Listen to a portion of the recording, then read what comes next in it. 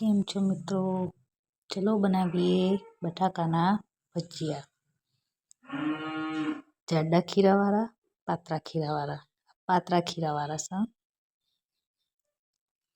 તો સૌથી પહેલાં આપણે લીલા મરચાં, મરીઓ અને સૂકા ધાણા બરાબર ટીચી લેવાના છે. મસ્ત આવી રીતે. આવી રીતે મસ્ત ટીચી લેવાના છે. બટાકાનો ગોળ ગોળ કાપી લેવાના છે. બાળકોના નાસ્તામાં ભરેલા હોય તો આ ભજીયા બહુ જ સરસ થાય છે. જલ્દી બની જાય છે, ઝટપટ. વારે નહીં લાગતી, ચઢીએ સારા જાય છે. ના ધોવાના છે કે કશું નહીં. ચણાનો લોટ લેવાનો છે, જેટલા તમારે ભજીયા બનાવવાના હોય એ પ્રમાણે.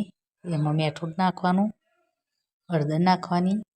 હળદર સાધારણ જ નાખવાની. મારે થોડી વધારે પડી ગઈ હતી, તમે થોડી સાધારણ જ નાખજો. અને ચીલી ફ્લેક્સ નાખવાના છે.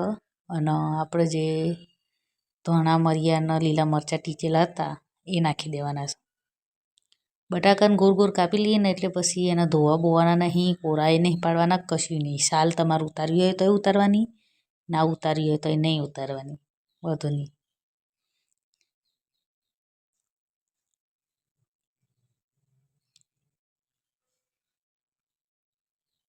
મારે એટલો લોટ હતો અને આટલા બટાકા હતા તો બીજા બટાકા મારે ખાસ્યા 3-4 કાપીને નાખવા પડતા હતા. ને ખીરું પતી રહ્યું હતું. એટલે ખીરું તમારે ઓછું જ બનાવજો. હવે મન મેલીને પાણી મેળી દેવાનું. પાણી રેડ્યા પછી હલાવી લેવાનું બરાબર. એક જ દિશામાં હલાવવાનું. થોડી વાર ખારો બારો કશું જ નાખવાનું નહીં. બરાબર ફેટી લઈને અને પછી બટાકામાં ડબોરીને ગરમ ગરમ તેલમાં પાડીને તળી નાખવાના. કશી જ માથાકૂટ નહીં, કશું જ નહીં, જલ્દી બની જાય. એટલે ધાણા નાખજો પાછામાં. મારા હતાથી નાખ્યા હમી એટલે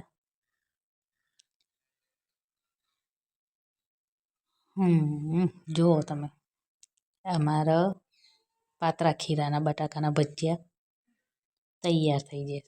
વિડીયો નાખો જોવા ખાતર થેન્ક યુ. અને ચેનલને સબસ્ક્રાઈબ કરી જ નાખજો આવા વિડીયો જોવા ખાતર. Thank you.